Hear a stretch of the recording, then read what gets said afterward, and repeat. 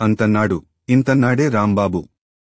ముంతకింద మామిడి పండు అన్నాడో రాంబాబు అన్నట్టుగా ఉంది టీమిండియా కోచ్ గౌతమ్ గంభీర్ పరిస్థితి. ఒకప్పుడు Team India star batsmen Gautam Gambhir ఎంతటి విలువైన ఇన్నింగ్స్లు ఆడాడో అందరికీ తెలిసిందే.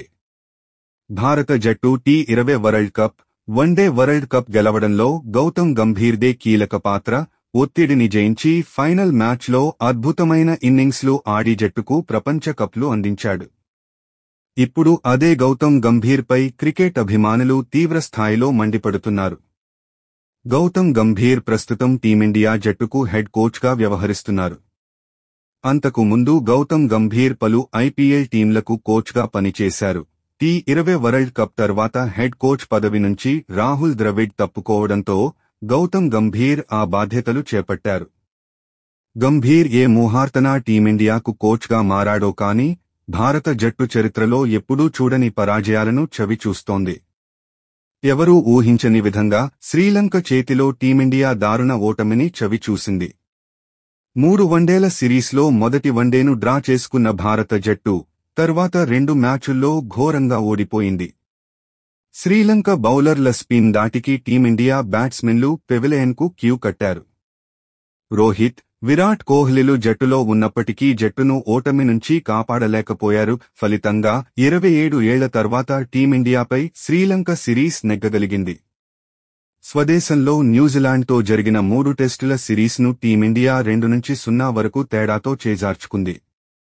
36 ఏళ్ల తర్వాత న్యూజిలాండ్ టీం భారత జట్టుపై మ్యాచ్ గెలవడమే కాకుండా సిరీస్ను కూడా సొంతం చేసుకుంది.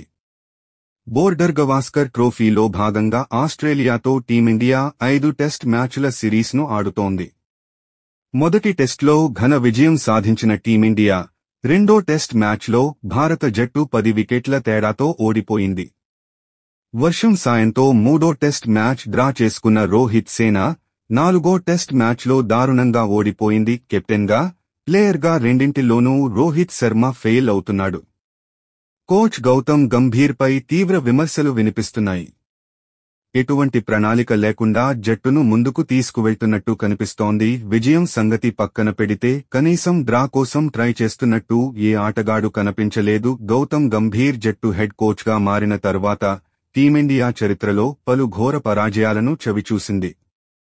గౌతమ్ గంభీర్ తక్కువ వ్యవధిలోనే టీం ఇండియాకు ఎన్నో అవమానకరమైన రికార్డులను అందించాడు.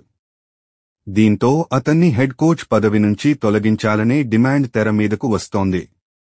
గౌతమ్ గంభీర్ కోచ్గా ఉంటే ఇంకెన్ని దారుణ ఓటములు చూడాలో అని క్రికెట్ ఫ్యాన్స్ భయపడుతున్నారు. ఇలాంటి లేటెస్ట్ అప్డేట్ కోసం మా ఛానల్ సబ్స్క్రైబ్ చేసుకోండి. మీ ఫీడ్ బ్యాక్ ను కామెంట్ రూపంలో తెలపగలరు. వీడియో చూసినందుకు ధన్యవాదాలు.